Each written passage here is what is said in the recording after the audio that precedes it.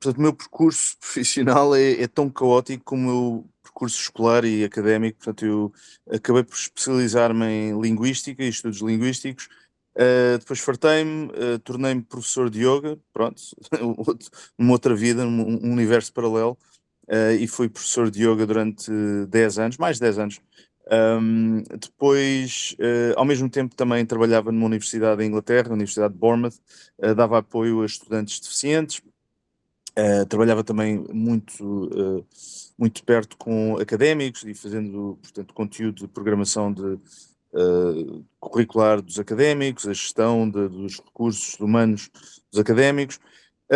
E depois decidi tirar um ano sabático por minha conta, portanto, licença sem vencimento, e viajar pelo mundo, fotografar, porque era aquilo que eu realmente queria fazer já há muito tempo. E acabei por prolongar esse ano sabático por 10 anos e, portanto, fui, enfim, muitas vezes praticamente sem dinheiro, e sem apoio logístico, apoio familiar, portanto, sozinho, e fui desbravando e fui encontrando assim em locais, às vezes, às vezes bastante previsíveis, outros não tanto. Cheguei a viver com nómadas em grutas, lá em Marrocos, no Alto Atlas, com anarquistas, punks anarquistas, ocupas na Eslovénia, por exemplo, refugiados sírios na Bósnia. Depois estive também na Geórgia, vivi lá um ano na Geórgia, vivi também na Croácia. Estive depois também no Líbano, e foi de facto ao Líbano que eu regressei em janeiro de 2020, quando perdi um avião portanto, perdi um voo para Teherão. Foi a única vez que aconteceu isto. Portanto, perdi o voo. Depois os meus amigos iranianos disseram: "Pá, se calhar é melhor não vires agora, porque nós estamos no meio de uma quase revolução, há bastante instabilidade civil. O tempo também não é o melhor, neste momento há muito frio, muita chuva, muita neve." E eu depois, pronto, decidi então, em vez de insistir no Irão nessa altura, decidi adiar a viagem para o Irão, e realmente nunca aconteceu depois disso, e apontei para o Líbano para visitar os meus amigos, porque eu já lá tinha estado em 2016. E eu cheguei na altura em que o primeiro-ministro Hassan Diab tinha sido nomeado para o governo, portanto, isto depois da demissão, uma das várias demissões do filho do Rafik Hariri, o Saad Hariri. Isto, portanto, a culminar no desenrolar não só da Revolução de Outubro de 2019, a chamada Revolução WhatsApp, que levou mais de 1 milhão de libaneses à rua a protestar contra o governo, mas também a queda da libra libanesa e a desvalorização da libra libanesa. Eu cheguei nessa altura em que, enfim, o período, a fase de lua de mel da Revolução, que teve aquele período bastante romântico e bastante cor-de-rosa.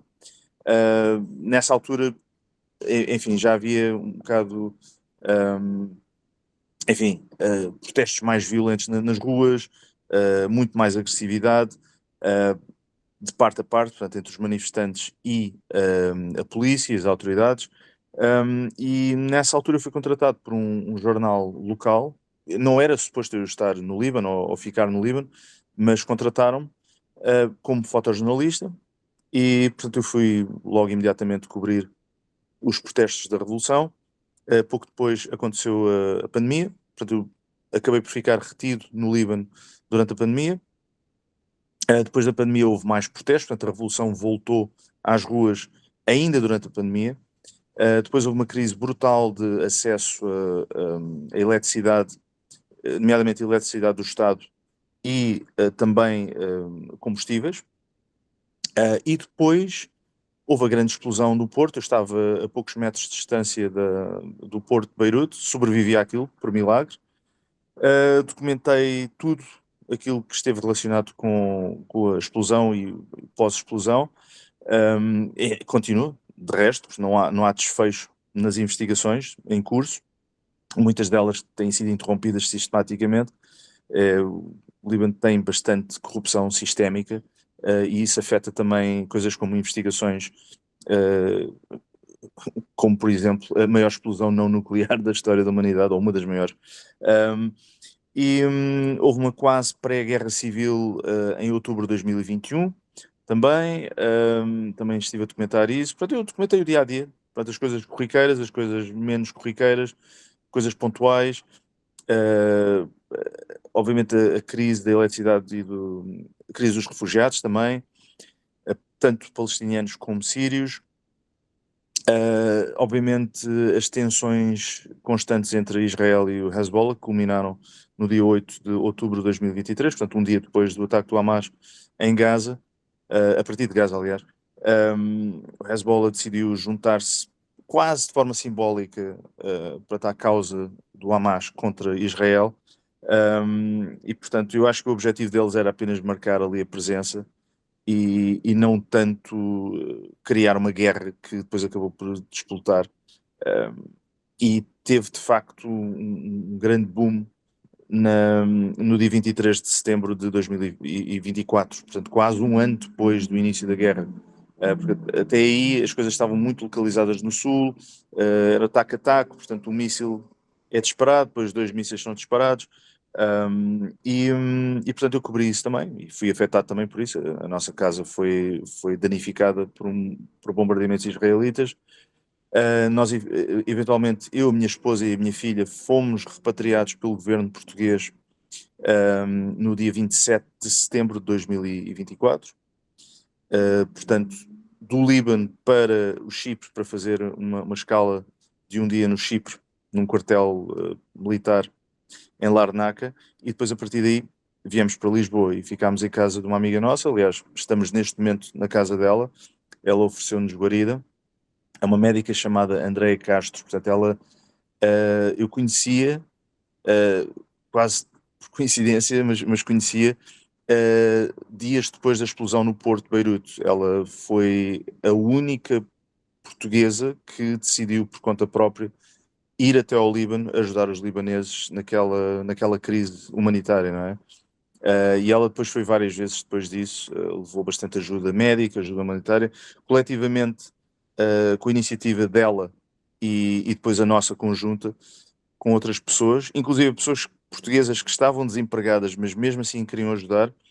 Coletivamente reuniram-se mais de 250 mil euros para ajudar Beirute. Portanto, é nessa casa onde nós estamos neste momento. Aliás, eu estou na sala de estar onde estavam aqui toneladas de caixotes que eles foram acumulando através de donativos por parte de portugueses que queriam mesmo ajudar depois de terem visto aquelas imagens horrendas vindas de Beirute. Portanto, depois voltámos também, estivemos lá uns meses no sul do Líbano. Nós temos lá uma casa. Portanto, acompanhei o funeral, os funerais, aliás, dos 2 secretários-gerais do Hezbollah, que foram mortos por Israel no ano passado. Foram dos maiores funerais que houve na história moderna. Portanto, um marco bastante importante também na história do Líbano. E também para os xiitas em geral, não só os xiitas libaneses, mas houve xiitas vindos do mundo inteiro que se reuniram em Beirute para fazer a comemoração dos funerais. Tenho estado a documentar também, portanto, a fase do cessar-fogo, que foi um cessar-fogo assinado no dia 27 de novembro de 2024 entre Israel e o Líbano. É um cessar-fogo que realmente não se tem materializado, não se tem revelado como um cessar-fogo a sério, porque Israel tem cometido mais de 3.000 violações, portanto, violações do espaço aéreo libanês, rapto de pescadores, assassínios de combatentes do Hezbollah, mas também de civis libaneses, detonações ilegais de casas, bombardeamentos sumários de residências e espaços comerciais usados por libaneses. Isto a acrescentar à destruição maciça que eles fizeram, portanto, que Israel fez, mais a partir de setembro do ano passado. Portanto, eu tenho acompanhado isto tudo, tenho também estado a fazer um trabalho de investigação sobre os ataques terroristas israelitas, dos pagers e dos walkie-talkies em setembro do ano passado, que são considerados crimes de guerra, mas eu estou a tentar perceber se de facto legalmente é possível também considerá-los atos de terrorismo. Eu, pessoalmente, acredito que sim, que são atos de terrorismo puros, feitos pela Mossad, mas nós precisamos de ir também pela via legal e jurídica. Aliás, por isso é que ainda há pessoas que estão um bocado relutantes em apodar as ações israelitas em Gaza como genocídio. Eu acredito que é genocídio, pronto, e posso explicar porquê, mas efetivamente, ainda ontem estive a ouvir uma entrevista um, ao Mehdi Hassan, portanto, o diretor da Zateo, que, portanto, que considera Gaza como genocídio. E o entrevistador disse: não, isso ainda não há, pronto, ainda não há de facto não há uma oficialização desse termo para apodar Gaza como genocídio, e portanto não devemos chamar aquilo de genocídio. Pronto. O Mehdi, acho que ele está um bocado cansado de estar a debater algumas pessoas, e ele disse apenas: pronto, essa é a opinião de todos os académicos de topo mundial sobre genocídio e holocausto. Uma das coisas mais complicadas de provar relativamente a um genocídio é a intenção de cometer genocídio. Portanto, é o anúncio de cometer um genocídio. Esse anúncio foi feito pelo ex-ministro de Defesa Yoav Gallant no dia 9 de outubro de 2023, 2 dias depois do início da guerra, quando ele anunciou publicamente que Israel iria privar Gaza de água, comida, medicamentos e outros bens essenciais para a sobrevivência de um povo inteiro. Neste caso, uma comunidade inteira. Pronto, vamos chamar Gaza uma comunidade. Um, Portanto, e isso foi levado a cabo. Não só isso, mas também bombardeamentos, portanto, tiroteios, detonações, um, invasões por terra também, chacinas, massacres. Portanto, tudo isto foi materializado, mas isto já tinha sido anunciado 2 dias depois do 7 de outubro. Um, Quando nós entramos numa fase em que os académicos de topo mundial afirmam de forma unânime que aquilo que Israel está a fazer em Gaza é efetivamente um genocídio, em primeiro lugar, não há ninguém mais qualificado que estas pessoas, e algumas destas pessoas são até judias e israelitas. Não há mais ninguém no mundo qualificado do que estas pessoas para falar sobre genocídio. Este é o primeiro ponto. Segundo ponto, é bastante sintomático que é precisamente do meio académico que estas conclusões acabam por vir.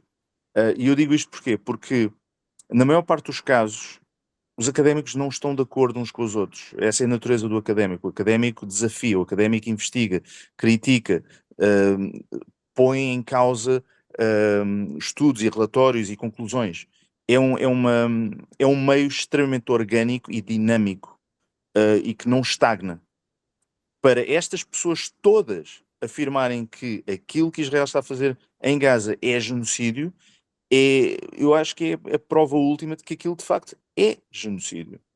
Portanto, é de uma desonestidade intelectual uma pessoa neste momento continuar a insistir em não, mas é complicado, não, temos de olhar para o todo. O todo, é claro, há de facto zonas de guerra e zonas de conflito em Gaza, há interações entre os combatentes do Hamas e os combatentes de Israel que estão efetivamente em combate. Mas, em paralelo, temos um genocídio. Nós não podemos confundir as duas coisas. É o mesmo que dizer que não houve um holocausto porque havia uma guerra, porque havia combatentes, havia os aliados, havia também os nazis. Bom, entretanto, havia uma população inteira, não só a população judaica, mas também, portanto, homossexuais, ativistas, comunistas, pessoas que estavam a ser sumariamente executadas pelo regime nazi. Portanto, nós não podemos confundir uma coisa com a outra. As duas coisas podem coexistir e, de facto, coexistem. Aliás, a chamada guerra em Gaza é também um pretexto para justificar aquilo que Israel está a fazer efetivamente à população civil em Gaza, que é um genocídio, é um extermínio. Eu, quando sei que alguém é fanaticamente pró-Israel ou pró qualquer coisa com a qual eu discordo, eu não tento debater essa pessoa para mudar a opinião dessa pessoa. Essa pessoa tem já a opinião feita e não vai mudar. Não é por estar a interagir com uma pessoa que se calhar até tem mais dados ou mais acesso a mais informação. Nós neste momento estamos numa fase em que qualquer pessoa, uma pessoa que acaba de sair de um coma de 2 anos, pode rapidamente interar-se sobre o que está a acontecer, o que tem estado a acontecer nos últimos 2 anos, mas também aquilo que tem estado a acontecer desde 1948 e até antes de 1948. Portanto, hum, eu não tento mudar essas pessoas ou debater ao ponto de pensar que alguma coisa vai mudar. Eu acho que o debate é importante para expor ideias, confrontar ideias e fazer com que pessoas que potencialmente ainda estejam, enfim, neutras em relação àquilo que estão a assistir e que não estão a perceber muito bem o que é que está a acontecer, por várias razões. hum, eu acho que é isso que é importante. É de facto, pôr a conversa, expor as ideias e pôr as pessoas a pensar e a desafiarem-se a elas próprias e a desafiarem os seus dogmas, as suas crenças, mas também a sua própria lavagem cerebral. O Hasbara, que é o nome oficial da propaganda israelita, é uma máquina extremamente dinâmica e extremamente brutal. Não tem qualquer misericórdia, portanto, e e funciona em várias frentes. Portanto, a propaganda israelita durante décadas conseguiu condicionar bastante a forma como as pessoas veem os palestinianos e veem também os israelitas. Inclusive, há citações dos escritos de viagem do Mark Twain, que foi à Palestina e disse: Não, mas isto é um deserto, não há aqui ninguém. Há aquele lema, portanto, Israel é a terra de ninguém, hum, para um povo sem terra, ou uma terra sem povo para um povo sem terra. Pronto, era o destino. Muitos invocam também, portanto, a vontade de Deus, e portanto, aquela terra foi dada aos israelitas por Deus há 3.000 anos atrás. Ok, o que é interessante porque o criador da doutrina sionista, o húngaro judeu Theodor Herzl, era ateu. Portanto, ele próprio não acreditava em Deus. Mas tudo bem. E grande parte dos israelitas não acreditam efetivamente em Deus e nem sequer praticam o judaísmo. Inclusive o primeiro-ministro Benjamin Netanyahu, que nem sequer come comida kosher. Pronto. Mas tudo bem.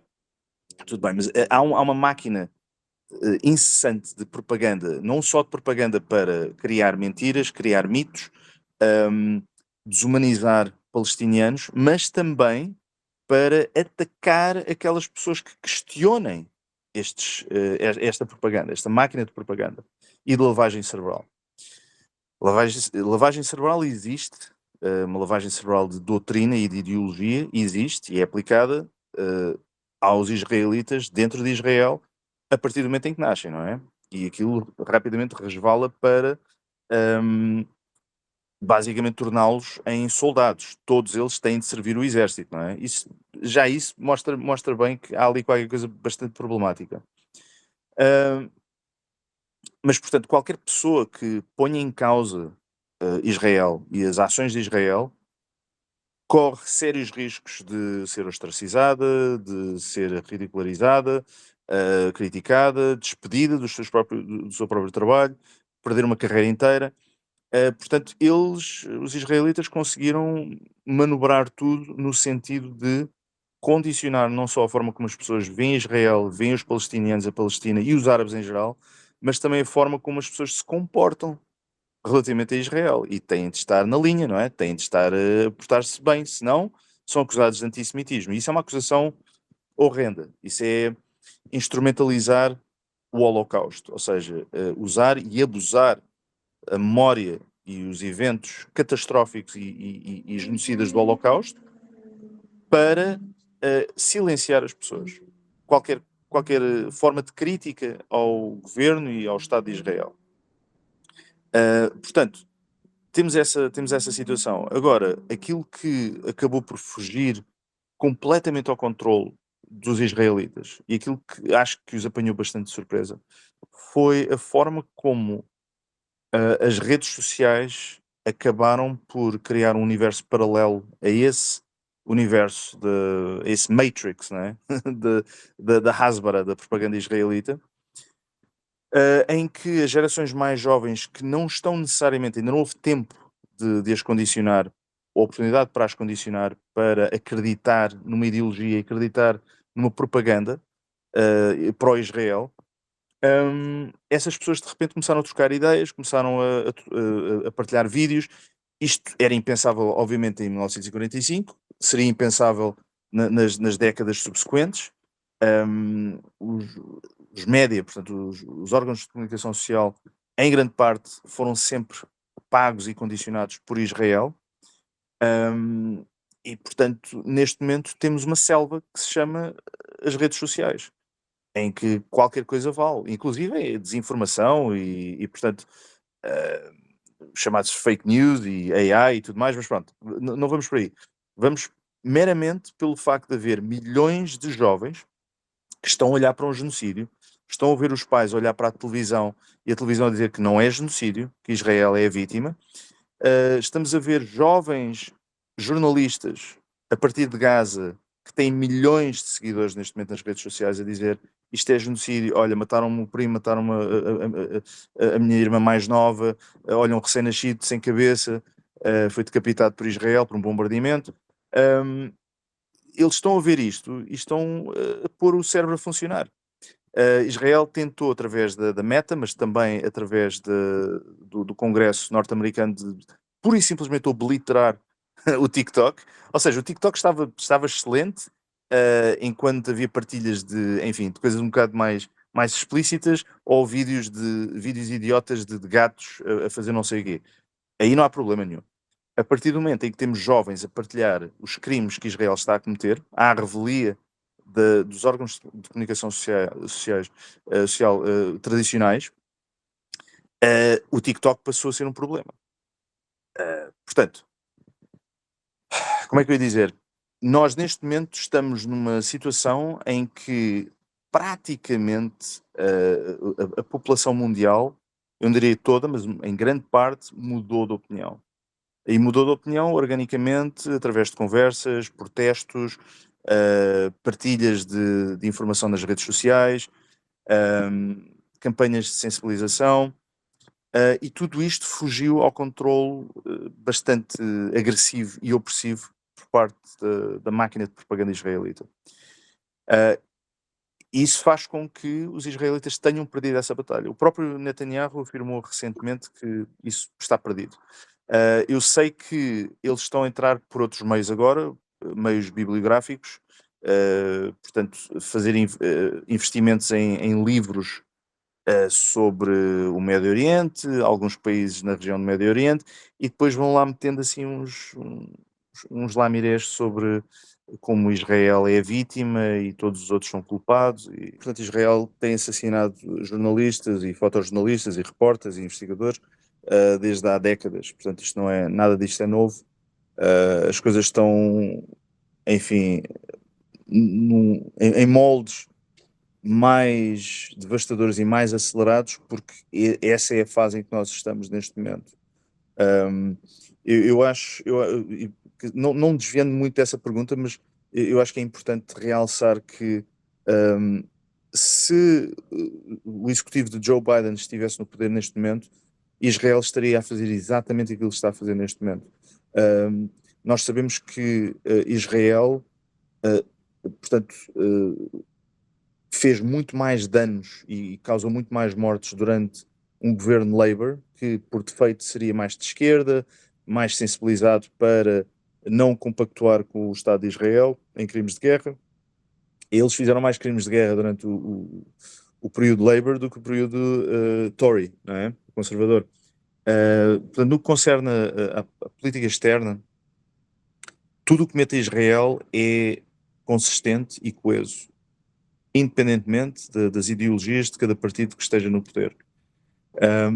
E, portanto, os assassínios de jornalistas em Gaza, ou na Cisjordânia, no Líbano também, isto é uma narrativa consistente com Israel. A diferença é que, neste momento, Israel já entrou numa fase terminal, que nós também vimos historicamente com os nazis, à medida que eles estavam a caminhar para o fim, um, uh, portanto, a escala de destruição e de extermínio em massa estava também a acelerar e estava a aumentar também de escala, não é?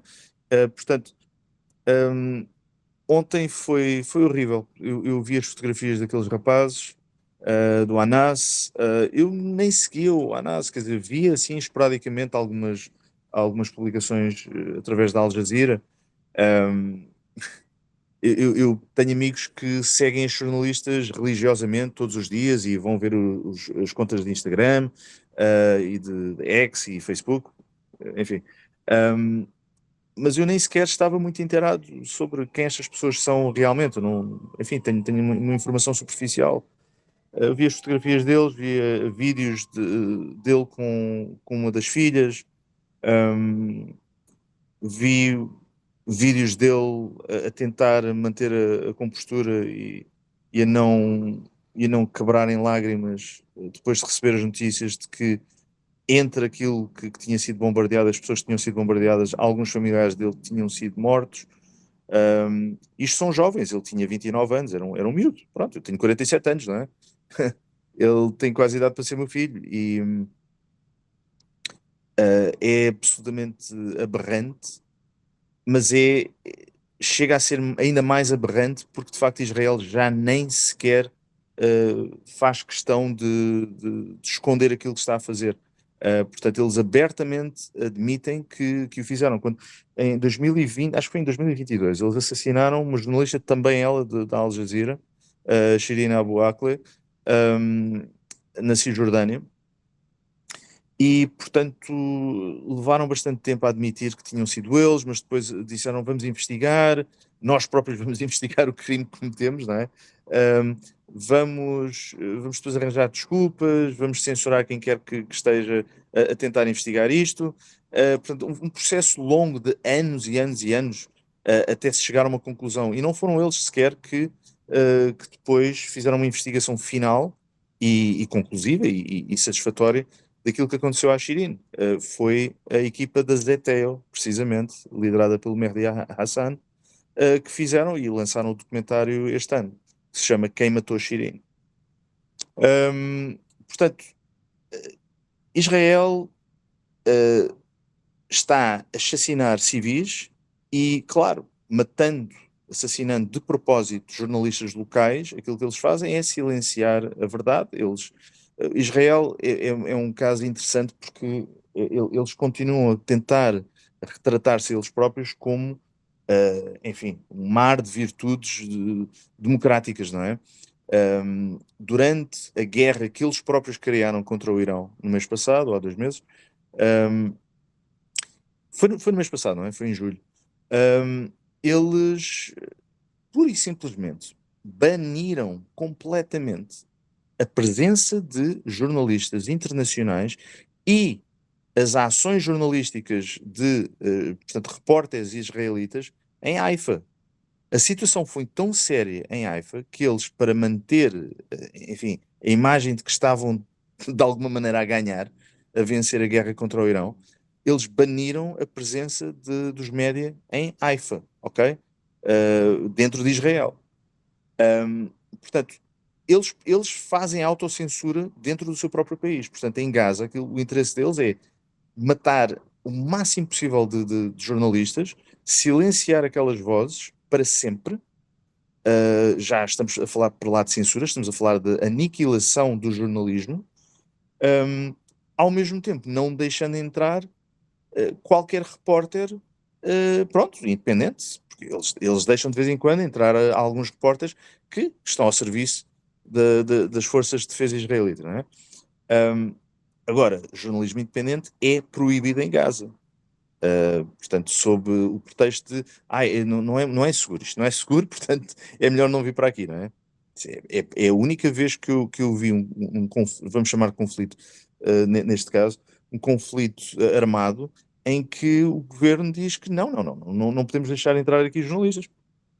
Os jornalistas entraram na Somália, entraram no Iêmen, entraram no Afeganistão, no Iraque, até na Síria, sob uma ditadura. Isto não faz sentido, não é? Portanto, claro, O objetivo é silenciar, é aniquilar e é não deixar que a verdade saia cá para fora. Mas até isso é irónico, porque este é o holocausto mais... Portanto, o holocausto em Gaza é o holocausto mais documentado na história da humanidade. Está a ser documentado através e publicado através das redes sociais por parte dos palestinianos que são as vítimas deste holocausto e também dos criminosos de guerra israelitas que estão a causar este holocausto, que também vão filmando e fotografando e publicando os atos criminosos dentro de Gaza. Portanto, eles podem matar todos os jornalistas que queiram e podem querer silenciar tudo e censurar as redes sociais e controlar a Meta e banir o TikTok e fazer um apelo aos governos para limitar o acesso às redes sociais. Tudo isto já está documentado. Já está, nós já temos tudo documentado. Vão aparecer novos crimes, vão ser feitas novas chacinas e massacres, mas não interessa. O espólio documental que nós ao qual nós já temos acesso desde o dia 7 de outubro de 2023 é avassalador. É avassalador. E eles não podem apagar isso, não podem. Está tudo nos nossos telemóveis, nos nossos computadores, laptops, discos externos, cartões SD, está tudo guardadinho. E há páginas exclusivamente dedicadas aos crimes do Holocausto por parte de israelitas contra os palestinianos em Gaza. Tudo isto vai ser usado, não há dúvidas nenhumas. Acho que as pessoas estão... É assim, eu não sou otimista, nem sou, enfim, surrealista neste caso, em relação ao futuro. E eu acho que aquilo que estamos a viver agora não tem precedentes. A partir do momento em que Yoav Gallant, no dia 9 de novembro, 9 de outubro de 2023, anuncia que vai cometer um genocídio em Gaza, e todos os governos europeus da União Europeia dizem ok, o próprio Keir Starmer disse sim, Israel tem o direito a defender-se a si próprio, portanto tem também o direito de pôr a população de Gaza a passar fome. Isto é um especialista, o Sir Keir Starmer, primeiro-ministro britânico, mas também um especialista em direitos humanos. Portanto, quando eles todos disseram isto de forma unânime, sim, está tudo bem, sim, Israel tem o direito de fazer aquilo que quer fazer em Gaza, eu pensei, ok, isto está feito, é um negócio fechado, já está, está aceite. Agora os palestinianos vão ser exterminados. Agora, há tudo aquilo que tem acontecido entretanto, que está fora do controle destes governos, está fora do controle de Israel e do executivo de Netanyahu e para lá do executivo de Netanyahu, que é o seguinte: a percepção mundial em relação a isto. A pessoa vai às caixas de comentários de posts no Instagram, por exemplo, em artigos do Expresso ou do Público, ou até do próprio Observador. E podemos ler os comentários das pessoas no dia 7 de outubro e 8 de outubro e por aí fora, e vamos lá agora aos posts mais recentes sobre aquilo que está a acontecer em Gaza, e a diferença é do dia para a noite. Levou tempo, mas há cada vez mais pessoas contra Israel, há cada vez mais pessoas que estão solidárias com os palestinianos. A percepção geral em relação aos árabes está a mudar também. Há cada vez mais boicotes, há cada vez mais desinvestimento. A campanha BDS, portanto, boicote, desinvestimento e sanções, e tudo isso está alinhado de forma lógica, porque a fase final serão mesmo as sanções, e as sanções já estão a ser implementadas, pouco a pouco, por parte de governos europeus contra Israel. Tudo isto está a criar uma circunstância em que vai ser muito complicado não só defender Israel, mas Israel continuar a existir da forma como existe. Já não estamos a falar em questões operacionais, estamos a falar numa questão existencial para Israel. Israel está a seguir um zombie, que é o Netanyahu. O Netanyahu é um homem morto, é um indivíduo que acabou. Ele acabou politicamente, acabou ideologicamente, ele acabou como figura de proa do Médio Oriente, que ele insiste em dizer que quer limpar e mudar a face do Médio Oriente. Ele acabou. Este tipo está acabado, é um zombie. Vai cair. E quando ele cair, o Estado israelita vai cair também, da forma como nós o conhecemos neste momento e o conhecemos desde 1948. Portanto, eu acredito que, apesar das chacinas todas, da barbárie, dos atos sanguinários dos israelitas, e de nós, de facto, não vermos um fim à vista, a verdade é que o fim está a ser feito pelos próprios israelitas. Eles estão num processo de autodestruição. Na semana passada houve cerca de 19 ou 20 especialistas e membros da Mossad e do Shin Bet, que é, portanto, o departamento de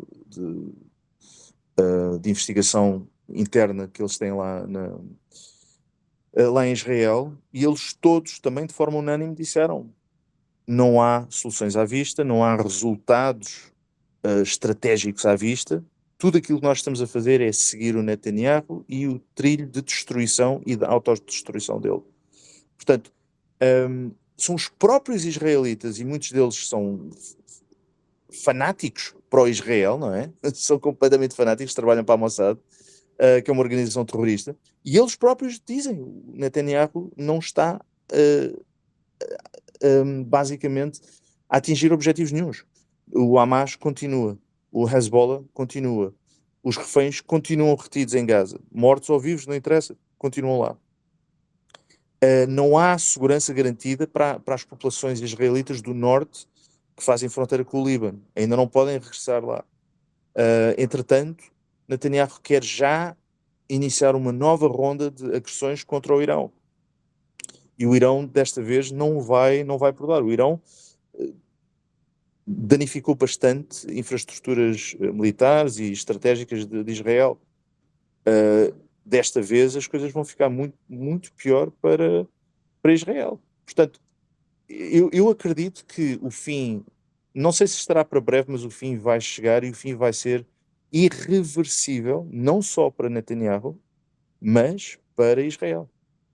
Eu acho que é preciso as pessoas informarem-se mais, é preciso colocarem talvez aqueles preconceitos que possam ter em relação a árabes e não brancos, e talvez, enfim, começar a ouvir mais pessoas que mesmo no final do dia não concordem, com os quais não concordem, mas pelo menos aprendem qualquer coisa.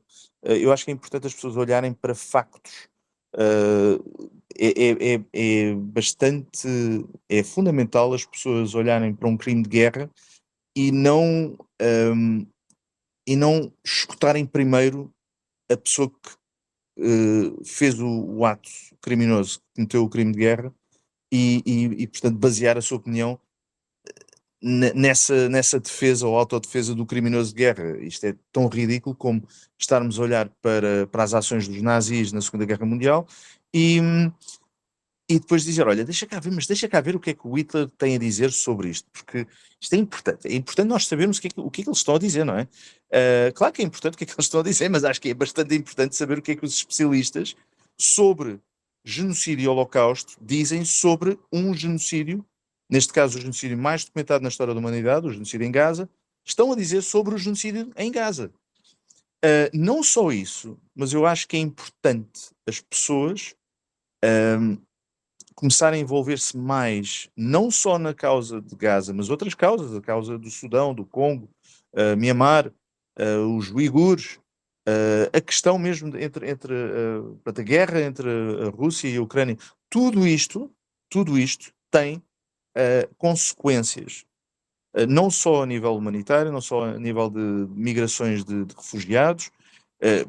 As pessoas continuam a defender certas guerras que depois vão criar refugiados, mas depois queixam-se que os refugiados estão a bater à porta, não é? Ou estão a dar à costa.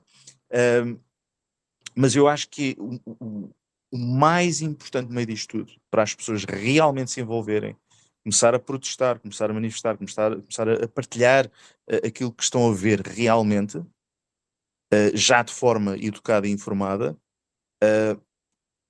é com o intuito de não permitir que a lei internacional seja violada a um nível que vai fazer com que tudo seja irreversível e que se abram precedentes para outros genocídios inclusive genocídios que podem ser aqui à porta. Espanha, neste momento, seguindo tudo aquilo que está a ser autorizado a Israel em Gaza, Espanha pode muito bem invadir Portugal e dizer, olha, isto fez parte de Espanha, isto já foi Espanha há uns séculos atrás, tivemos uma dinastia inteira aqui, portanto, Espanha, portanto, Portugal pertence a Espanha. Vamos só chacinar umas quantas pessoas, vamos injetar uma série de espanhóis aqui em colonatos espalhados por Portugal, pela costa, pelo interior também, e pronto, Portugal é a Espanha. Porque neste momento, ninguém pode dizer a Espanha que não pode fazer isto. Porque até agora, isto é precisamente o que Israel tem estado a fazer com o genocídio em Gaza. Netanyahu já diz abertamente que sim, vai ocupar Gaza. Gaza já estava ocupada, mas tudo bem. Vai oficialmente ocupar Gaza. Portanto, Gaza será parte de Israel, tal e qual como aquele mapa que ele apresentou dias antes do dia 7 de outubro, quando disse este é o novo Médio Oriente, e portanto a Palestina não estava lá naquele mapa. Tudo aquilo era Israel. Netanyahu tem mais de 750 mil colonos ilegais na Cisjordânia, que estão a fazer limpeza étnica, massacres sem fim, massacres diários, expulsão de nativos e populações indígenas na Cisjordânia, também na parte este de Jerusalém. Estão a ocupar ilegalmente, pelo menos em 5 posições distintas ao longo da fronteira com o Líbano, dentro do Líbano. Portanto, Israel está ilegalmente a ocupar entre 5 a 6 posições dentro do Líbano, território libanês. Estão a ocupar também ilegalmente a Síria, e não há ninguém, rigorosamente ninguém, dentro da comunidade internacional, e não há ninguém que esteja efetivamente a enfrentar Israel e a pôr ordem em Israel para que Israel deixe de ocupar território alheio em 2025. Portanto, se isto continuar assim, qualquer país com mais força, mais pujança militar, pode fazer o mesmo a outros países. E o exemplo de Portugal e Espanha, eu acho que é um bom exemplo, porque talvez colocará alguns portugueses que neste momento não se sentem tão investidos na questão de Gaza, talvez os coloque a pensar que isto, neste momento, com este tipo de precedente, é um precedente extremo, não é? Que envolve um holocausto em tempo real. Isto pode acontecer aqui também.